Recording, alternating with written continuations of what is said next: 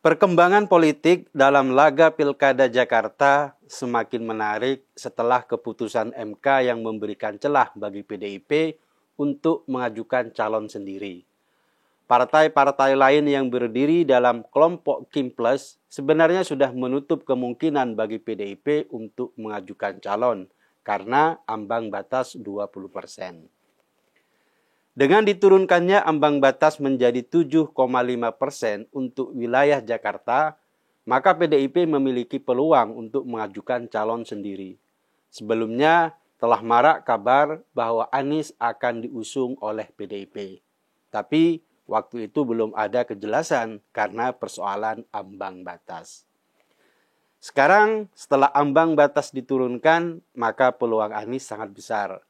Jika Anies benar-benar maju, maka lawan terkuat yang bakal dihadapinya adalah Ridwan Kamil, mantan Gubernur Jawa Barat.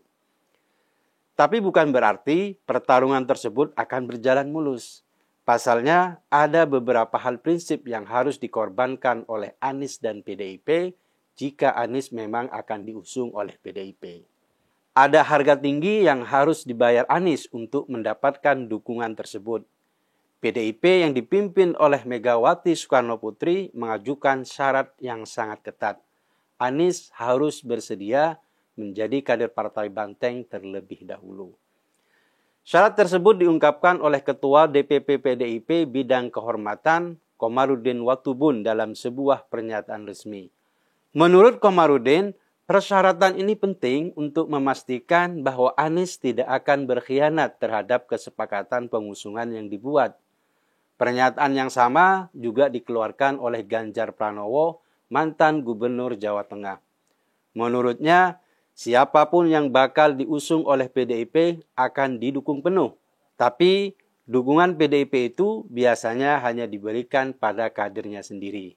Itu untuk menghargai proses pengkaderan yang telah dilakukan.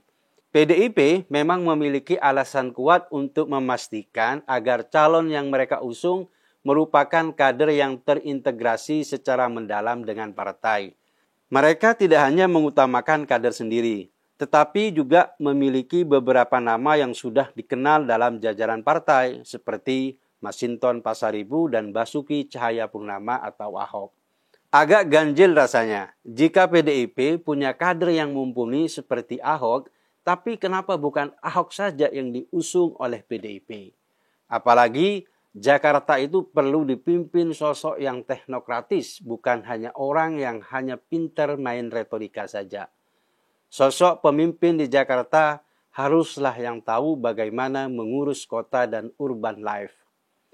Sosok Ahok dan RK terbukti kompeten sebagai ahli tata kota, sedangkan Anies hanya pandai tata kata. Dengan pilihan-pilihan ini, PDIP mestinya mengutamakan kualitas calon yang bakal diusung. Jangan mengorbankan masyarakat Jakarta hanya karena ingin menguasai Jakarta. Bukankah selama ini PDIP selalu membranding diri sebagai partai yang peduli wong cilik? Ridwan Kamil, mantan Gubernur Jawa Barat, juga merespon putusan MK itu dengan positif. Menurutnya, dengan putusan tersebut akan terbuka peluang yang lebih besar dan yang diuntungkan adalah masyarakat karena memiliki banyak pilihan. RK adalah lawan potensial Anies karena sampai hari ini belum ada nama lain yang dipastikan akan maju dalam Pilkada Jakarta 2024. Jika dua mantan gubernur ini saling berlaga, belum jelas siapa yang bakal keluar sebagai pemenang. Tapi yang jelas, RK memiliki pijakan yang lebih mantap. Posisinya telah jelas dan stabil. Tidak seperti Anies yang rapuh dan mudah terombang-ambing. Dalam konteks ini, keputusan MK yang menurunkan ambang batas syarat pencalonan menunjukkan bahwa sistem demokrasi di Indonesia sedang berada dalam proses evolusi. Ini memberikan lebih banyak kesempatan bagi berbagai calon dari berbagai latar belakang untuk berpartisipasi dalam pemilihan kepala daerah.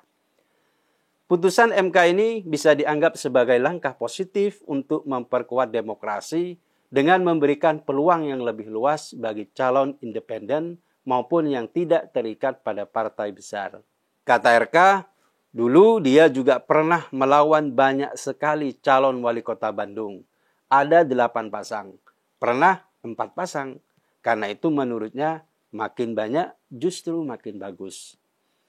RK juga menghormati putusan MK tersebut dan tidak mempermasalahkannya. Menurutnya, MK adalah institusi negara yang tugasnya mereview undang-undang termasuk undang-undang pilkada.